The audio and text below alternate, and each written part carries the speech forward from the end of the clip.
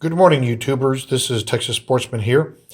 Today I want to do a tabletop review of the standard catalog of the Smith & Wesson. You can see here this is one of my favorite handguns that I own. It's my 586 No Dash. And the reason I bought this book was because of the misinformation that I'd been getting regarding my gun. The standard catalog of the Smith & Wesson is the definitive authority on all things Smith & Wesson, firearms and non-firearm products. This was referred to me by someone at Smith & Wesson customer service who was unable to answer a few questions for me or didn't act like they had the time. So I bought this catalog. It's around $30. Got it in a couple of days from Amazon. And in it, it describes pretty much everything you need to know about your Smith & Wesson. It tells you how to use the book, the special characteristics. It'll tell you the values of the guns, photography notes. Many of the guns pictured here are part of private collections. It goes back to, it helps you evaluate the condition and so many other things here. Tells you which grips are proper for the firearm that you have. Make sure that they're correct. Goes on to having the grips for the semi-automatic pistols, and also grips for the pearl and ivory and stag grips that may have come from the custom shop. This book is incredible. It even goes so far as to tell you the value of these Smith & Wessons based on their age and condition. But doesn't take into consideration market value, and that you'll have to figure in yourself. It tells you the correct box that these things came in, and so on. It's an incredible resource for Smith & Wesson aficionados or people who just like to buy, sell, and trade Smith & Wesson in the hopes of making a little bit of money on the side. Recently on Gunbroker, there was somebody who was advertising a Smith & Wesson that was definitely not a -4, but an older model because it had the key lock on it. And so if you're unfamiliar with the engineering changes and variations, you're likely to buy a gun, a firearm, and pay more money for it, or be disappointed that that you were misrepresented. The other thing that I highly recommend when you buy a gun that you maybe want to make money on or just for your collection is talk to your favorite gunsmith. Talk to a gunsmith that you trust and let him know that you're interested in buying something, and find out from your gunsmith if the parts are available and how easy it is for that firearm is to work on.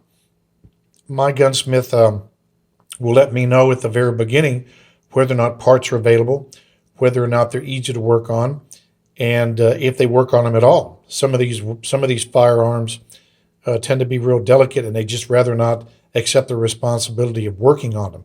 And it'll save you a whole lot of trouble if you buy something vintage in the hopes of getting it to at least fire, or getting it back to original, as much as original as you can, only to have the gunsmiths tell you that they won't work on them. And then chances are you're unlikely to get your money back when you try to resell it.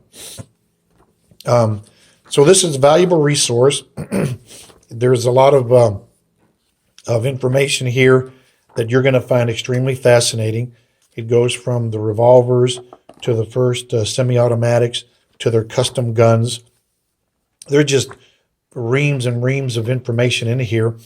It'll also tell you what police departments used which guns. For example, when you come to the model 586, it'll give you the history here on this side. The 586 before 1987 was produced as the 38 M&P. So the M&P brand goes back quite a ways. It is not a recent marketing ploy. And then it tells you the variations and specials. You know, Canadian Brazilian contract, Canadian Calgary Police Commission, and so on. So it gives you an idea when you come across these firearms, what the history is, what the make is, and things of that nature. And I highly recommend it. This book was $31 off of Amazon. And it's because of this book that I had to make a correction to a previous video that I published on my channel about this particular 586 being an 84 manufacturer. As a matter of fact, the serial number prefix on this particular no dash is AJN. And according to this book, the AJN is a 1986 manufacturer, not a 1984. So the folks at Smith & Wesson were incorrect. The 586-1 came out during the same year, so my gun was manufactured. It's a tail-end manufacturer of the no dash, and the dash 1 production began in 1986. Unfortunately, the book does not provide the month or date of manufacture, just the year. And for many people, including me, that's close enough. So I made the correction to that particular video in the description, and I highly recommend this book.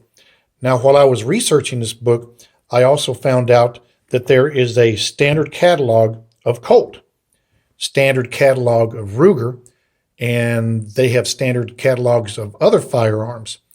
So whether you're a Smith & Wesson aficionado or Colt or Ruger, this is probably something that you would really like to have as part of your library, your home library.